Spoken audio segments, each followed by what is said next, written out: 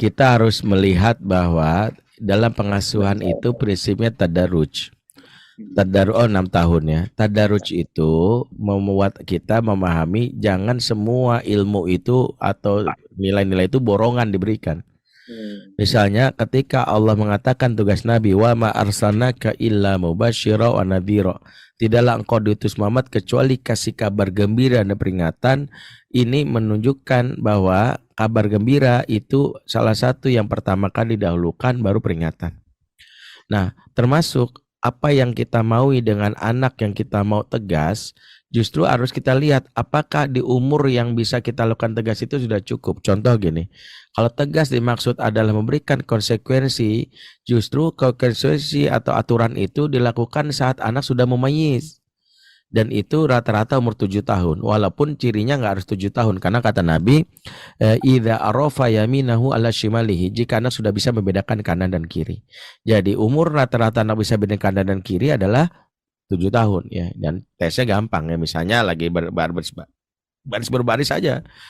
Ya siap gerak, maju jalan, belok kiri gerak. Ya kalau anak masih kesulitan ya untuk tahu ada kiri dan kanan, berarti belum memayis.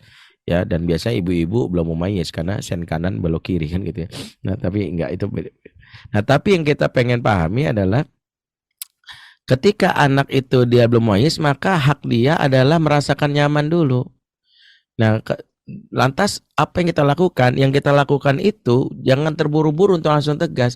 Karena tegas itu kalaupun kita mani adalah aturan konsekuensi, itu akan menjadi beban bagi dia sehingga menghilangkan kebutuhan dia akan rasa nyaman.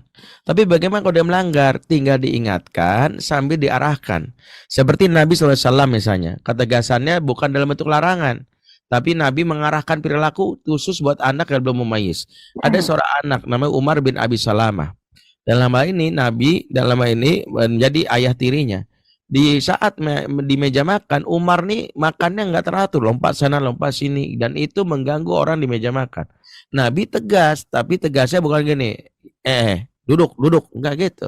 Nabi langsung jangan lari, tidak. Nabi cukup mengatakan kalimat yang justru mengarahkan perilaku diharapkan. Ya gulam, samilah ta'ala, wa qul biyaminika wa qul mimayalik. Wahai anak muda, wahai anakku, makanlah dengan sebut nama Allah. Makan pakai tangan kananmu, makan paling dekat denganmu. Jadi Nabi langsung mengarahkan perilakunya. Jadi kalau anak dalam hal ini melakukan sesuatu, tinggal kita ambil aja. Kakak, abang, makannya pakai tangan kanan. Iya, pakai tangan kanan. Dan nggak ada anak yang langsung soleh. Bisa jadi dia langsung, kita nggak ada diulang. Tapi itulah yang namanya karakter atau perilaku. Dia seperti pohon yang harus ditumbuhkan dengan cara intens berulang-ulang. Makanya nggak ada kesolehan yang langsung, nggak ada kesolehan yang instan ya. Misalnya nggak mungkin soleh dengan prinsip tatap mata saya dan hitungan ketiga kau jadi anak soleh 1, 2, 3, nggak bakal ada. Ya butuh usaha, butuh effort. Makanya kalau kita lakukan itu. Nah pertanyaan adalah kalau nanti anak udah dewasa dan dia butuh usul ketegasan, sementara ayahnya tidak ada. Nah yang paling penting adalah kalau ayah tak ada, boleh ambil peran ketegasan untuk beberapa hal tanpa meninggalkan pos seorang ibu. Pos seorang ibu adalah memberi al-wadud, rasa cinta yang memberi rasa nyaman. Kalau kita terlalu dominan mengambil peran ayah, malah itu yang membuat anak malah menjadi tidak nyaman. Dan itu membuat anak tidak betah di rumah. Ingat petaka pertama pengasuhan ketika ibu tak lagi dirindukan. Kenapa?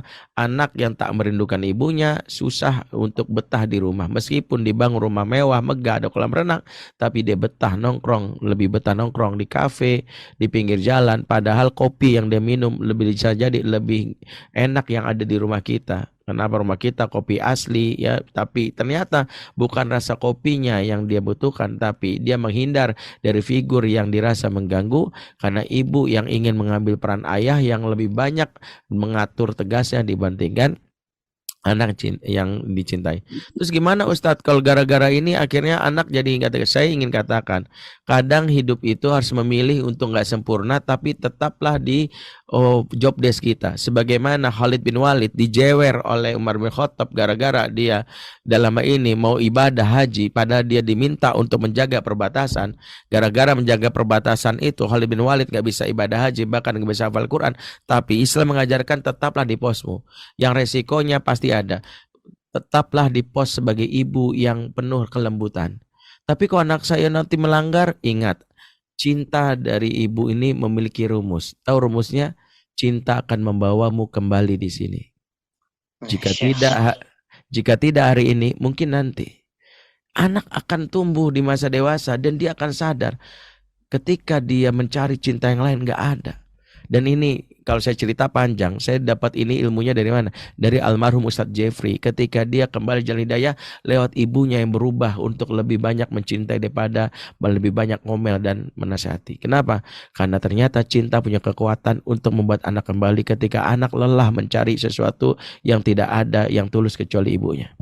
Maka ingin saya sampaikan bagi ibu single parent, ambillah peran itu sekali untuk menegas, tapi boleh, tapi jangan sampai kehilangan pos utama. Seperti Umar yang menjewer Khalid bin Walid karena dia pindah pos, jangan sampai ibu dijewer oleh Allah gara-gara pindah pos dari pos Al-Wadud ke pos yang lain. Wallahu a'lam bishawab.